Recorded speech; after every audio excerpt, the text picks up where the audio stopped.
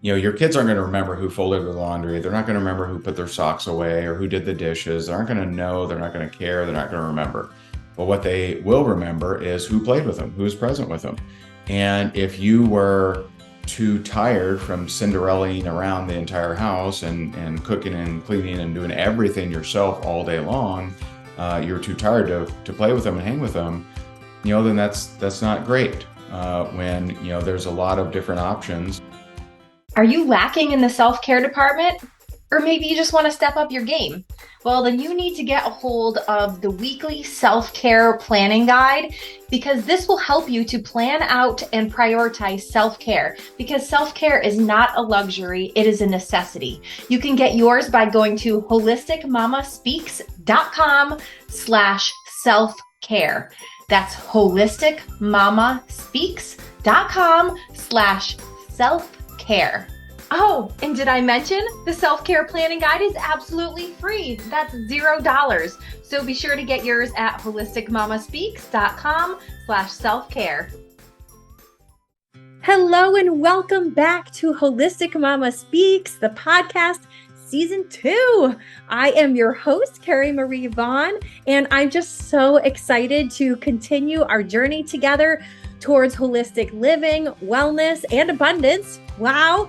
In Season 2, we are just going to be diving deeper into a variety of different topics related to natural health, mindful living, wealth and abundance, and even conscious parenting. I'm just so excited. And I will be featuring expert guests who will share their knowledge and experience with us. So many amazing people, some returning guests from Season 1 and some new guests. I will also be answering listener questions and addressing some common concerns related to holistic living. And you can actually submit your questions by going to holisticmamaspeaks.com/ask. ASK. My goal is to provide you with practical tips and inspiration that you can incorporate into your own life. Whether you are a seasoned holistic living enthusiast like some people, or if you are just starting out on this journey, there is just something for everyone along the way. So I'm just happy to have you here in the Season 2 of Holistic Mama Speaks. And just as a side note, by listening to this podcast, you agree not to use this as medical advice or to treat a medical condition. You can visit holisticmamaspeaks.com to find the full disclaimer. So sit back, relax, and let's explore a world of holistic living and abundance together. Are you a mom who's struggling to balance taking care of loved ones while also taking care of yourself? It's a very common challenge, but there is actually a simple solution: daily affirmations. In Mom Mantras, the daily affirmation guide for mothers of all kinds, you'll find powerful affirmations and mantras that will help you improve your health, happiness, and mindset. Whether you are a biological mom, an adoptive mom, a stepmom, a pet mom, a motherly figure, this book is for you. Read these mantras in the morning, before bed, really anytime throughout the day to uplift your spirits and to stay focused on what matters most. Visit mommantras.com to get your own copy and to start living a more intentional, purposeful life. Welcome back to Holistic Mama Speaks. I am so excited to be joined today by Ray and Jessica Higdon, my friends and mentors, and we're going to be talking about Harmony Unleashed: marriage, parenting, faith, and entrepreneurial spirit. And Ray and Jessica have been married for 12 years and have 2 children together, 4 altogether. And together they have built the Higdon Group, which is an Inc. 5000 company, which has helped students generate over 300,000 new customers in just the past 5 years, which is incredible. And they are also the best-selling authors of Time, Money, Freedom, which is a book that helps leaders reach new levels of hope, wealth, and impact through renewed perspectives. And I just have to say, I've read the book multiple times. It is excellent. It just gives such how-to things for everything in the book, which is amazing. It's not just reading it, it's actually what to do to implement it. So Ray is also a top keynote speaker who has shared the stage with world-renowned thought leaders such as Tony Robbins, Rachel Hollis, Les Brown, Brendan Burchard, Robert Kiyosaki, Bob Proctor, Gary Vaynerchuk, Grant Cardone, Magic Johnson, and so many more. Oh my goodness, I could go on and on. And he also has his own podcast, Home Business Profits. So be sure to check that out as well. And Jessica is a luxury real estate investor and real estate agent who is helping to assist investors, families, second home buyers, and they find their dream home through her in Southwest Florida, which is amazing.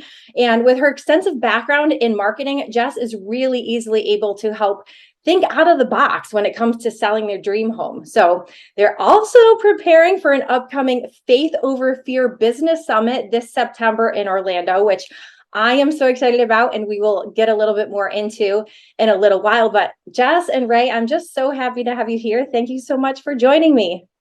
Thanks for having us. Yeah, we're honored to be on. Yeah, absolutely. So I would love to start off just by talking about, I mean, you guys are busy parents, you are busy business owners. And so I would love to talk a little bit about how you kind of mesh things together. You know, how do you have time for everything with your, keeping date nights alive and, parenting at the same time is kind of going in all different directions with your business. So how do you handle all of that?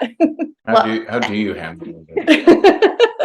I mean, the name of the game is help, right? I mean, we can't do it all on our own. I think it's really a combination of a couple of things. One is the mindset that you can have it all. And I've worked really hard at the mom guilt and abolishing that mom guilt that we all feel, especially as moms. I mean, I know dads feel it too, but moms, it's like almost like inherent in our DNA. And so I've worked really hard on shifting that to other forms of emotions and different productivity by really being present with the kids when I'm with them and really being present with the business when I'm with the business. And, that guilt and that shame, those aren't godly emotions. Those fear, and none of those are meant for us and meant for our being, especially as loving moms. If we're even feeling those emotions a little bit, it means that we're a really good parent, right? If we have that guilt come up over and over again. So, it starts with knowing that you can have it all, knowing that you're still a good mom, still a good dad, if you're doing all of these things, and that you're inspiring your children to live the same life and to see how you can accomplish all great things in this lifetime. So it starts there. And then, again, help, it takes a village, making sure that you leverage, you have good help, you have people around you that maybe you can trade. If you can't pay them to help you, maybe you can trade off here and there. And then lastly, I'll say, just like I mentioned, being present when you're with your children, even if it's just 15 minutes, being present in that playtime means the world to them, and it makes your day so much better.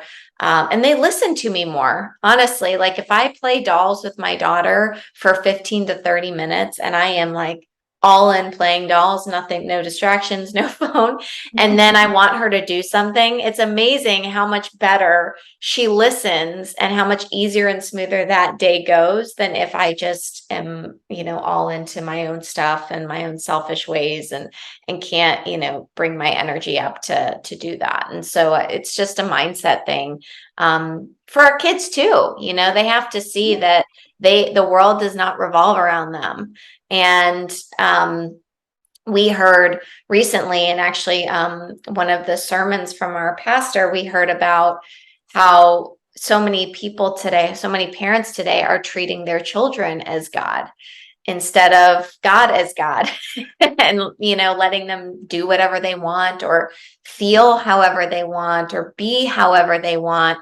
And not that those have bad intentions, because they don't. We love our kids more than we love ourselves. But at the end of the day, we can't treat them as our God. They have to have boundaries, and we have to remember that too as parents. Mm-hmm. Yeah. And, just two things. The biggest thing is presence. A lot of people aren't present with their kids, and they're also not present with their business. Because when they're in their business, they're feeling guilty about their kids. And when they're with their kids, they're checking their phone. Mm-hmm. And so presence is such a big deal. And I know that, I saw a little chart once, and it was like, if the man, wife and husband, and if you make God the priority, the closer that each of you get to God, the closer you are to yourself and or to each other, right? So if you're if you're working your way up to get closer to God, you're also at the same time working closer toward each other, and bringing your kids in with whatever that looks like. And so when we just fairly recently came to Christ 7 months ago, and we started going to this church that we fell in love with. They happen to have a school.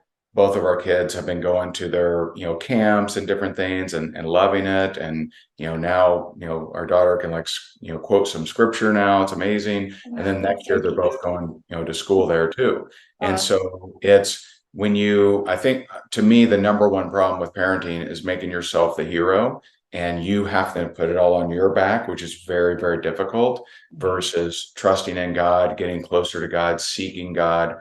And then all of these different things start to transform. Yeah. And I love that you were mentioning just being present in those times, because it is hard when you're thinking of other things when you're trying to do this. So almost like you just have to turn off your notifications when you're with your family, so that you're not getting distracted by all of the things. It's like that will wait, and also setting those boundaries so that your team or your coworkers or your boss or whatever, everybody knows that's this is my time with my family. I'm going to be unreachable during this time. And then this is my time for my business, and my family now knows, okay, I'm in business mode, that kind of thing. So I think it's important to remember that we teach everyone around us how to treat us. Mm-hmm. And, so if you are always available for your team, and always, it doesn't matter what day or night, and especially in real estate, people really push boundaries and they think they own you. So if I'm available at midnight when they have a question about something that can wait until morning, right? The irrigation, or hey, are they going to keep this chandelier? Super important at midnight, right? Super important. Then I'm teaching. And it's not disrespectful. It's respect to me and to them. I'm teaching them how to treat me. And the same thing with your kids, right? Which we all forget and are very guilty of, especially nowadays, because society almost punishes you for being a disciplinarian. Mm-hmm. So just remember that we teach our kids how to treat us as well. And it's so easy to slip into just not making the little things important. So for example, if my daughter, and I'm guilty of it too, because I love her so much, but if my daughter snaps back at me and says, "Mom, why'd you do that? You need to do this, and that," right? For a long time, just kind of going with emotions, I'd be like, "Oh yeah, okay, sure, no problem." And then that self-awareness kicks in where you're like, "Wait a minute, why? I'm teaching you to treat me this way." No.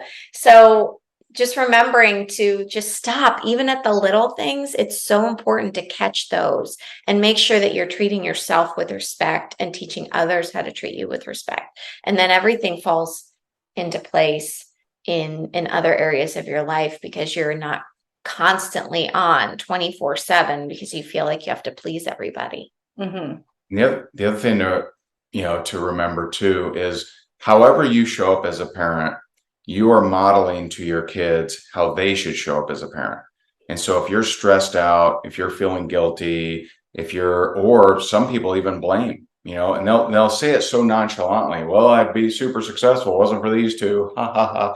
And that gets processed. That gets, just programmed right into the subconscious of, oh, without me, then mommy would be better, or without me, dad would be more successful. And so that's extremely harmful. But however we show up, we're modeling how they think parenting should go and how they should be. And I was just, 20 minutes ago on a coaching call with someone, and she said, "I'm nervous telling my story because I don't want to be asking for sympathy."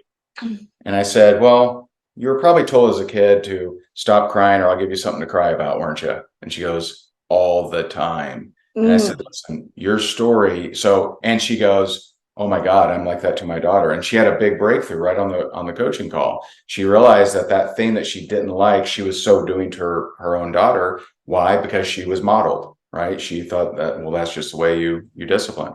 Yeah. And so, there's another way to do it, and Jess gave some good pointers to that.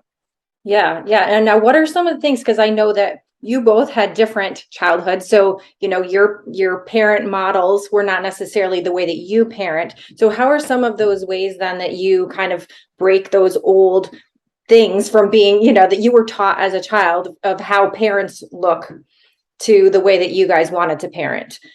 Well, first of all, I think Ray has a history of abuse, so obviously that is a completely different story. I have verbal abuse in my past, no physical abuse, but I believe that we're all too hard on our parents. And so as I look back on it, there were definitely things that could have been better, but I see my mom coming out in me sometimes where I thought she did a horrible job. She actually did a great job because I turned out pretty well. Mhm. And so again, for me, it's constantly reminding myself that my job is not for my daughter or son to approve of my parenting or like me. My job is to have them love me and respect me and put family first and turn out to be amazing human beings. That's my job, to shape them into incredible human beings. So one, I would look at have you been telling yourself that your parents were wrong where actually maybe they were right? Because you didn't like the way it made you feel, or you thought it was too harsh, but you turned out to be greater because of it. Then there's, of course, the mistakes that our parents made that were not good. And you choose one of two paths. You either go the path of, hey, I'm going to do exactly what they did because that's all I know, or you break that pattern and becomes more self-aware. And everything in life is self-awareness. Doesn't matter if it's business or parenting or fitness, whatever it is, it's all self-awareness. You just become more self-aware and start catching yourselves in the little things, and it eventually shapes a better habit, I think. Mm-hmm. Yeah, and I would say, another way to look at it is your parents did the best they could with what they knew. And, I think a part of, my stepmom was very abusive. And looking back, I think, there may have been a part of her that, thought, because some of my family on my mom's side was, went through some, wild stuff. Maybe there was a part of her that thought discipline me harder would not make me have it turn out like them. Mm-hmm. Right. Mm-hmm. But it is what it is, right? You can't change it. Right. I think there's a movie out there, I know it's a book too, called The Shack. And he says, he asked the guy, he says, hey, do you judge this guy? And it showed his abusive father. And he's like, well, yeah, he's terrible. And, and they said, oh, okay, well, do you judge this kid? And he's like, well, and the kid was being yelled at and beaten on. And he's like, well, no. He goes, well, you already did, because that was his dad. And so your parents did the best they could from what they knew. And if they were abused and they didn't go through extreme development to try to figure that kind of stuff out, like, some of us have, then it's extremely likely that they end up exactly the same. And for me, I realized that I knew how to be a great coach. I did not know how to be a great father. I didn't know how to be a great employer, because I saw a coach. Okay, someone paid me for my advice. I'm going to tell them what they need to hear. Right. But as a father or an employer, I was like, well, they didn't really sign up for my mentoring, and I'm kind of like an authority figure, and all my experiences with authority figures are not good. So I actually didn't know how to do that. I didn't know, like, how do I show up? Because And I saw this in one random episode of Yellowstone that said often when someone grew up abused, they just don't know the right amount of discipline. And I resonated with that because that definitely was me at the time. But it's something that I'm always looking to improve. But I know that me being a mentor to my kids is the right answer. And sometimes a mentor has to discipline them. The parent that spares the rod and doesn't discipline them doesn't actually love them. And so for you to love them, you are to try to help them help perfect them as much as possible, which is exactly God's role in your life. Yeah, I agree. Clarify, we're not over here beating our kids, okay? We're not beating our kids. Thank goodness. Thank goodness. I have to put him in his place every once in a while, but yeah, beating them. Yeah, but I agree. Kids need to be disciplined. I mean, we disciplined our kids. My youngest is now she just turned 17, which is so crazy. I don't know how the time flies, right? You know that you just blink and they're growing up. But I mean, there was also discipline. There has to be a balance of being there for them as a mentor and loving them and supporting them, but also disciplining them. And there has to be rules, right? One of my very close friends, and she has 3 incredible grown daughters. And so I always choose to get parenting advice from people who have amazing kids. Not that it's always they're doing, right? Sometimes the kids are just amazing because they're amazing. Sometimes they're not, and they go down the wrong path, and it has nothing to do with the family. So I fully believe that. But she just has 3 incredible daughters, and she's a leader in our space as well. And she said, discipline with no relationship equals rebellion. And so, yes, you discipline, but if you don't explain to them what's happening or why, or you don't also have that relationship where you spend time with them, spend quality time and focus on them and make sure that they know that they're loved, then that type of discipline equals rebellion. So if you ignore your kids all day and then they do something wrong to get your attention and you discipline them for it, well, now they're learning that, oh, if I do something wrong, that's how I get attention. And then that as they grow and they get older, that turns into more and more rebellious acts. So it's just that fine line, and it's hard. Parenting is the hardest thing in the world. To me, I remember when Sabrina was 2 months old, and I was breastfeeding and she was colicky, and we had a mastermind to run, and we, the business was rocking and rolling. And I looked up at Ray and I said, this, pointing at my daughter, I'm like, this, and just tears streaming down my face, no sleep. I'm like, this is the hardest thing I've ever done in my life. And it's true, but it also helps us grow the most too. Yeah, absolutely. I feel like we learn from our kids just as much as they learn from us, right? Yeah, it's a great point. You can't be all discipline, right? If that's your only mode like that, obviously that's not the way. Right. Because then there's not that relationship there. There's not the love to balance that out. There has to be love and discipline, a little bit of both. But yeah, they definitely do respect it. I mean, I know my oldest is about to turn 24, and she very much respects the amount of discipline that she had, because we were also loving parents, and they had our time and our attention, but they also were disciplined if they did something that they weren't supposed to do. And then there were rules in place. There's curfews, there's things that and things that they had to do around the house. But and going back to what you were saying earlier, Jess, about just awareness, I think that that's huge in every single aspect of just needing to be aware before you say something, before you do something, but also being aware of when you need to ask for help. And I think that you were saying it takes a village. It takes a village to raise kids. And so, what are some of the ways that people could maybe ask for help? I know you mentioned, maybe even bartering, like, hey, I'll watch your kids if you watch mine, right? Let's switch off on date nights. And I'll share, before she shares, I'll just share one thing that was really a breakthrough for us. And that came from Mark Hoverson, a mentor of ours, passed away years ago. And he said, your kids aren't going to remember who folded their laundry. They're not going to remember who did the dishes.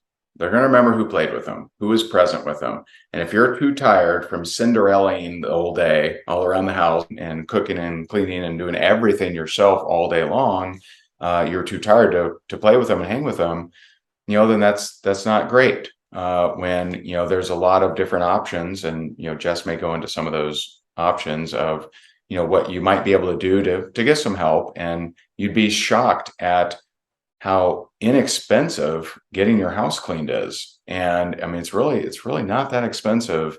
And, you got a lot of different options there. Mhm. Yeah. So, I mean, as far as, what do you need to do to have your kids really follow in your footsteps and create that help sort of synergy, or make it so that you are hiring people that follow your mode of operation and follow what you want them to learn. And because I know that's something in the back of moms' minds is, well, if I have some people helping me, like, are they gonna follow in my footsteps? Are they going to have my kids following me and not all of their idealistics and things? But at the end of the day, what I found is that when you put out into the world what you want, exactly what you want, and so making a list of every single type of thing that you want in a nanny or in a babysitter and a teacher, and you make house cleaner, and you make that list and you make that job description, you would be amazed at who steps up to the plate and fills that. I think a lot of people think, oh, well, I'm not going to put this in because that would be just a unicorn type of person. There's no way I'm going to find that type of person. And in reality, that type of person absolutely exists. And the A players that you want to have care of your children, because they're our number one priority, the A players appreciate a challenge, and they appreciate when you give them more to do, honestly. So put everything that you can in the job description if you're hiring, or if you're trading with somebody, put it all out on the table up front, because you don't want to have that conversation down the road of, hey, we in this house, we make sure that we don't talk about gender identity, okay? Or something like that. Or in this house, we appreciate everything about this type of situation, right? You don't, especially nowadays, you don't want to have that conversation down the road. And no matter what you think, no matter your ideals on anything, you are the parent, and you have the right to put out exactly what you want for the person that you want to work with and to watch your children. That is the most important thing in your life. And you have to make sure that you have boundaries around that as well. So when it comes to having people that help us, we hit the jackpot. We had friends who were surrounding us that we loved, that we knew loved our children, that we definitely disagree on certain things with. We definitely don't think about certain things the same way, but they are loving, and they know upfront how we feel about certain things, and they take amazing care of our children, and we love them so, so much. And likewise, they're like a part of our family now. Mm-hmm. So all of those things, the reason I kind of went that route is because I know what's in the back of parents' minds today. And all of those things are totally circumventable if you just lay it out in the beginning, but you need the help. You absolutely need the help, or else you can't do it all. You can't do the laundry, do the house cleaning, do the cooking, take care of the kids, do the breastfeeding, go do your work, and do it effectively. It's do your husband.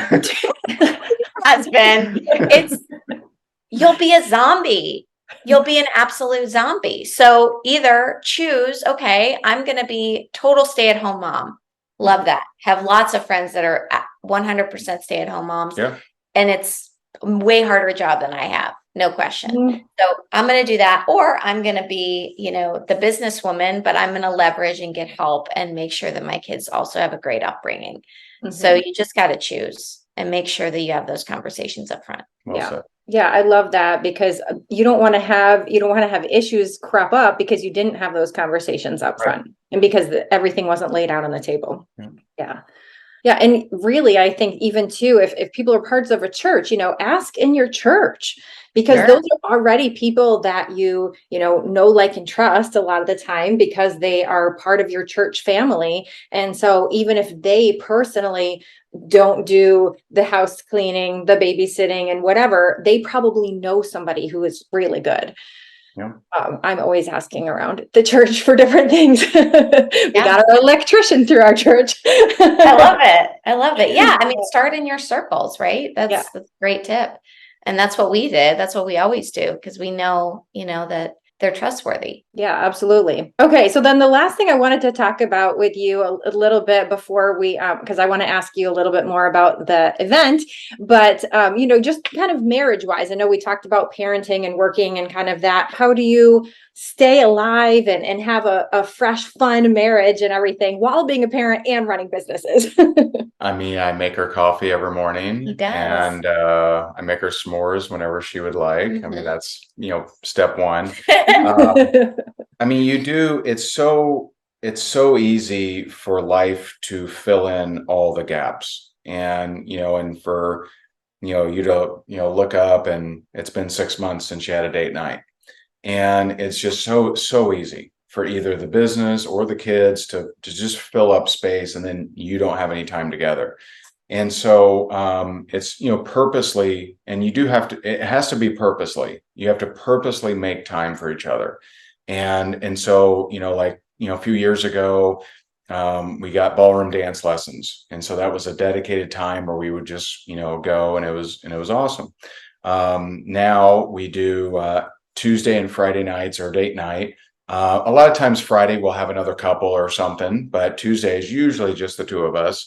And, that's a night that could easily be gobbled up in training or, showings or, whatever. But we choose to honor that. And I would say, I mean, probably 99% of the time we do. And so you just have to purposely set aside time, and so there's a book out there, and it's for guys, and it says treat her like your truck. And so a lot of guys, if you ask them about their truck, they know every single detail. They'll tell you all the cubic inches and all the whatever. I'm not a car guy, but they polish it and they'll shine it, and they're really proud of it. They got their picture on Facebook, and they spend a lot more time thinking about their truck than their wife. And so, treat her like her truck. Treat her like your truck is good advice for many. And so, like, how do you go about, surprising her, honoring her, thinking about her, and doing things for her, and purposely scheduling things. Mhm. Absolutely. And the counterpart of that book, because they wrote, I think, four. One of them is for kids, and it's like treat them like they're monkeys. And Yeah. so they're really cool books. And the other one is called treat him like your dog. So, before this interview, Sunny came Just in need to be here. petted. They just need to be petted and told how cute and awesome they are. And if they're like limping or sick, it's like, oh, let me help you, and snuggles and kisses, and told how it's going to be all better soon. This would be insulting if it wasn't true, but it's completely true. And when you see the dog and the dog comes running up to you, you're like, hi. And so, like, and I'm exaggerating, of course, it's not condescending at all. It's like, hey, you have to treat your husband as if you're excited to see him every moment of the day. And really, men are so simple compared to women. They really are. And if you just give them attention and make them feel important as they are to the family, because they are extremely important. Mhm. And you give them a little just loving, they just want a little loving, and they just want to know that they're your rock, and that's it. And if you do that, then I feel like they stay happy. Yeah. And that doesn't mean, one thing I think more men need to understand is a good woman will challenge you. And because it's this motherly instinct of preparing you for the world. And so a lot of guys, I don't think they understand that. I didn't understand it for most of my life. So when she would kind of challenge me, I took it as non-support, or, I don't know, like just she didn't agree with me and she was argumentative or whatever. And really, she was preparing me, and she was, because if you can't get past your wife's rebuttals, then the world's going to eat you up. And so a good woman will challenge you. And a lot of guys, they take that the wrong way. They take that as a lack of support, or she just doesn't believe in me. And they need to understand that. And one thing I'll add too is like the difference in the way that we think is night and day. I mean, it really is the way women think versus the way men think. We can be a very similar person and have similar goals and be on a similar path, but the way that we think, just inherently in our DNA, is very different. So, and to another point of that book, because I'm a huge fan of it, it doesn't just talk about how men need to be like greeted at the door. Talks about communication. And, for example, to that point of being greeted at the door, like how many times does your husband come home? You're just like, hey, okay, like you're not even there, sure. Right? You got to get excited to see him when he walks through. But for example, if you're mad at your husband because he's not taking out the garbage, or he's not doing the dishes, or he's not doing something that you think he should do. Well, when your dog chews up your shoe, okay, do you go into a whole dissertation with your dog about why this was your favorite shoe and how upset you are because of this, and how you think that the dog did it because he was trying to destroy your meeting today and that he doesn't want you to succeed in life, and how if he you've told him over and over again that this is the most important meeting of my life and you never loved me anyway, right? You don't go into a whole dissertation. You say, no, bad, don't chew my shoe. Right? And then you pet him. And then you pet him and all is good. And it's the same way in communication. Like, men are not mind readers, and we always treat them like they are because that's how we think. We're always trying to analyze and think, what's behind this and what does this mean? And really, it's just as simple as, could you please do this? That would make me feel good. And that's it. Or could you please not do this because that really doesn't make me feel the way that I want to feel, or whatever. Or without the because, just could you not do that? And men if you said that to us, it'd be like, well, why? What do you mean by that? Men are like, okay, sounds good. Simple. Very, very true. So just to end things out today, I would love for you to share just a little bit about the Faith Over Fear Business Summit, because although some moms that are listening to this may not have their own business or think about wanting to have a business, I really think that that there's going to be a lot of incredible nuggets and everything, just so much information at this event that I think that anybody could benefit from it. But I would love to get your take on that, and for you to share a little bit about the type of content that will be at the event, and a little bit more about when it is. Yes. So Faith Over Fear Business Summit, it's September 7th through 9th in Orlando. And we have just incredible speakers that'll be speaking there. And it is a business summit. There will be, because I just can't teach without bringing up scripture nowadays. And so what you'll learn what is working right now to build a business, to make more money on social media, to make more money from home. You'll also learn from people like Pastor Baker. Pastor Baker is a pastor in Ohio, and he did an 18-part series on finances, on God and finances, to his congregation, and over 25% of his congregation became debt-free. When do you hear that? So that's incredible. I feel like all moms need to be out of debt, right? And there will be some incredible stories of people that have overcome a lot of different, traumas and abuses and different things, but have built successful businesses.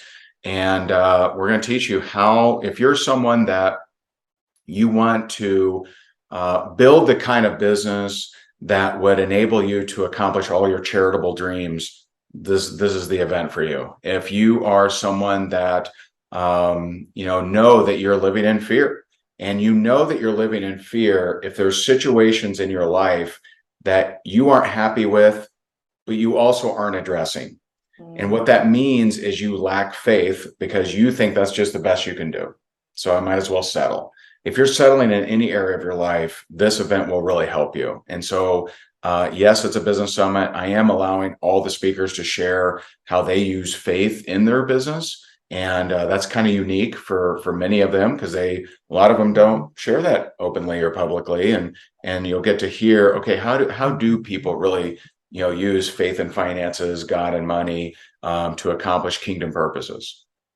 Wow, that's awesome. That's gonna be so powerful. I'm really looking forward to it. Yeah. I know that it's going to be incredible. And I think that so many people could benefit from those things, because even if somebody is not even running a business right now, but even just thinks that they might want to, this is what a powerful way to start, right? Yeah. To be able to start with all of the tools, all of the knowledge, and in hearing from top people in all different industries share, and just to bring that faith aspect to it, because like you were saying, not many people share that portion of things, but so many people are so deep with their faith, and that's a huge part of it. That's what's backing them. You've got God by your side. So right. And for people to have not brought that up in the past because they thought that it was inappropriate or too taboo or whatever. I think that this is amazing that you are giving them this platform to now speak about it and share with others. We're excited. Thank you. Yes. Well, thank you both so much for joining me today. It has been such a pleasure having you on, and you've shared so many amazing things that are going to be very helpful to moms. And so thank you again for your time. I really appreciate it. And I hope you have an amazing rest of your day. Yeah. Thanks for having us. Yeah, thanks for having us. Appreciate it. Thank you so much for listening. It has been a pleasure being with you today. I hope that you enjoyed this and got some value out of it.